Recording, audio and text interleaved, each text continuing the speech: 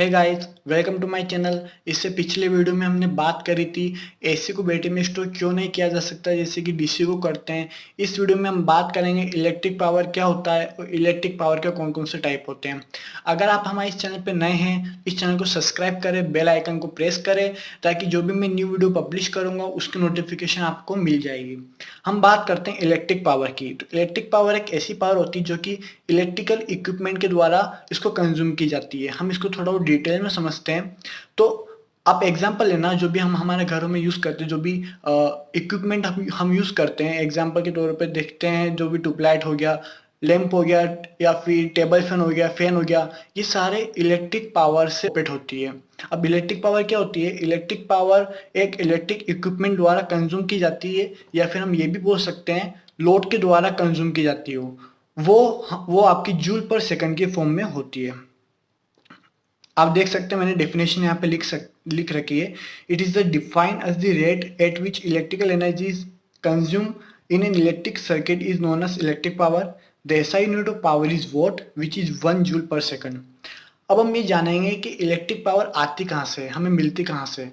तो जो भी पावर ग्रिड या फिर जितने भी इलेक्ट्रिक पावर प्लांट होते हैं वहाँ से हमको मिलती है, जो कि जनरेटर के द्वारा जनरेट की जाती है और ट्रांसमिट करके हमारे घरों तक आती है या फिर इंडस्ट्री के लिए प्रोवाइड की जाती है। जनरली जो जिसकी जो पावर जो हम यूज़ करते हैं वोट या फिर किलो वोट करते हैं। जो पावर का डिस्ट्रीब्यूशन होता है इंडस्ट्री में वो मेगा वोट या फिर गीगा वोट में यूज़ होता है। ओके, अब हम बात करते हैं इलेक्ट्रिक पावर के कौन कौन से टाइप होते हैं। तो बेसिकली इलेक्ट्रिक पावर के दो टाइप्स में इसको क्लासिफाई किया गया है, डीसी पावर और एसी पावर। डीसी पावर क्या होता है? ये प्रोडक्ट होता है वोल्टेज और करंट का, जो कि ऑप्टेन होता है या तो जनरेटर के थ्रू ऑप्टेन किया जाता है या फिर फ्यूल सेल या फिर बैटरी के द्वारा हम इसको जो भी हम डीसी पावर को हम जहाँ पे भी हम स्टोर कर सकते हैं वहां से हम इसको ऑप्टेन कर सकते हैं। ओके, तो इसका जो होता है वो P equals to V into I के फॉर्म में होता है। सेकंड देखते हैं हम एसी पावर। एसी पावर को किन तीन कैटेगरी में डिवाइड किया गया है? एक्टिव पावर, रिएक्टिव पावर और एपरेंट पावर। सबसे पहले हम बात करते हैं एक्टिव पावर। तो एक्टिव पावर होती क्या है? एक्टिव पावर एक ऐसी पावर होती है जो कि रियली में हम ट्रांसफर करते हैं लोड को, जैसे कि ट्रांसफर हो गया, इंडक्शन मोटर हो गया, फिर जनरेटर हो गया। ओके, जो मेन इसका मतलब होता है जो हम रियली में हम ट्रांसफर कर रहे हैं लोड को। ओके, तो जो एक्टिव पावर होता है वो डीसी सर्किट में भी होता है और एसी सर्किट में भी होता है। अब डीसी सर्किट में क्या होता है कि डीसी सर्किट में आप देखते होंगे कि जो वेवफॉर्म होती है बिल्कुल कांस्टेंट होती है, तो उसमें कोई भी फेज एंगल नहीं होता है वोल्टेज और करंट के बीच में। ओके, तो इसमें ओनली हम यूज करते हैं P equals to V I. But हम अगर एसी सर्किट में बात करते हैं तो एसी सर्किट में because of the difference between the current and voltage, so हम यूज करते हैं वो कोस फाई यूज करते हैं। जो हम सिंगल फेज एसी सप्लाई के लिए बात करते हैं, अगर हम 3 फेज एसी सप्लाई की बात करेंगे तो वो √3 VL IL कोस फाई। यहाँ पे जो कोस फाई है वो होता है पावर फैक्टर, और जो VL IL है, IL जो यहाँ पे होता है वो होता है लाइन करंट, और जो VL होता है वो होता है लाइन वोल्टेज, और जो P होता है इसको हम डिनोट करते हैं, एक्टिव पावर को हम डिनोट करते हैं P से, जो कि पावर इन वोट।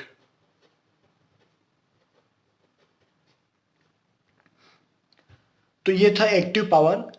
अगर एक्टिव पावर अगर प्योर रेजिस्टिव होगा, ओके, तो जो भी हमने डीसी सर्किट में हमने इसका फॉर्मूला यूज किया था P इक्वल्स टू वी आई, वो इस एसी सर्किट में यूज होगा अगर प्योर रेजिस्टिव होगा। तो ये हमने जो बात करी है, हमने प्योर इंडक्टिव कैपेसिटिव के लिए बात की है। सेकंड हम बात करते हैं रिएक्टिव पावर। तो रिएक्टिव पावर वो पावर होती है जो रिएक्ट करती है, या फिर हम ये भी कह सकते हैं जो कि एनर्जी को सबसे पहले वो स्टोर करती है और फिर एकदम से रिलीज करती है in the form of magnetic field and electrostatic field की फॉर्म में। इनको हम क्यू से डिनोट करते हैं। इसका जो फॉर्मूला होता है VI/5।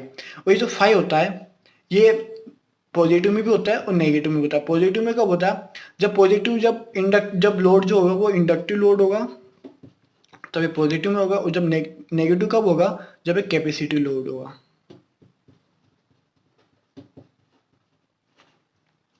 ओके, इसकी जो यूनिट होती है वो होती है वोल्ट एम्पियर रिएक्टिव, जो कि VAR में होती है।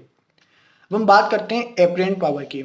तो एपरेंट पावर एक बहुत मतलब एक आइडल पावर होती है, फिर हम इसको कह भी सकते हैं कि इसको हम टोटल पावर भी बोल सकते हैं कि टोटल पावर भी होती है, जो कि या फिर हम ये भी कह सकते हैं कि ये दोनों का कॉम्बिनेशन होता है, एक्टिव पावर और रिएक्टिव पावर का दोनों का कॉम्बिनेशन होता है, जो कि एपरेंट पावर कहलाता है। इसको हम डिनोट करते हैं एस से, जो कि वी इंटू आर, तो इसकी जो यूनिट होती है वो होती है वोल्ट एम्पियर। ओके, अगर कैपेसिटी अगर जो एपरेंट पावर अगर वो सर्किट जो होगा अगर प्योर रेजिस्टिव है, तो एपरेंट पावर जो होगी ना, जो भी हम वो इक्वल होगी किसके, रियल पावर के। एक्टिव पावर जो हमने पढ़ा था उसी को हम रियल पावर बोलते हैं, इसी रियल पावर को हम एक्चुअल पावर बोलते हैं, और इसी को हम ट्रू पावर बोलते हैं। तो इसको चार नाम से डिफाइन किया जा सकता है, चारों को हम एक ही बोलते हैं। ओके, तो अगर जब ये रेजिस्टिव होगा तो ये इक्वल होगा रियल पावर के, और जब ये अगर एपरेंट पावर जब अगर इंडक्टिव और कैपेसिटिव सर्किट में होगा तो ये जो पावर जो होगी ना ये ग्रेटर होगी रियल पावर से, जिसको हम ट्रू पावर भी बोल सकते हैं। तो ये था कंप्लीट इलेक्ट्रिक पावर के बारे में। आई होप आपको बहुत इजी वे में समझ में आ गया होगा। फिर भी अगर आपको कोई डाउट रहता है तो आप कमेंट सेक्शन में लिख देना, और आपको अगर हमारी वीडियो अच्छी लगती है तो आप इसको लाइक करें और अपने दोस्तों के साथ शेयर करें। Thank you so much.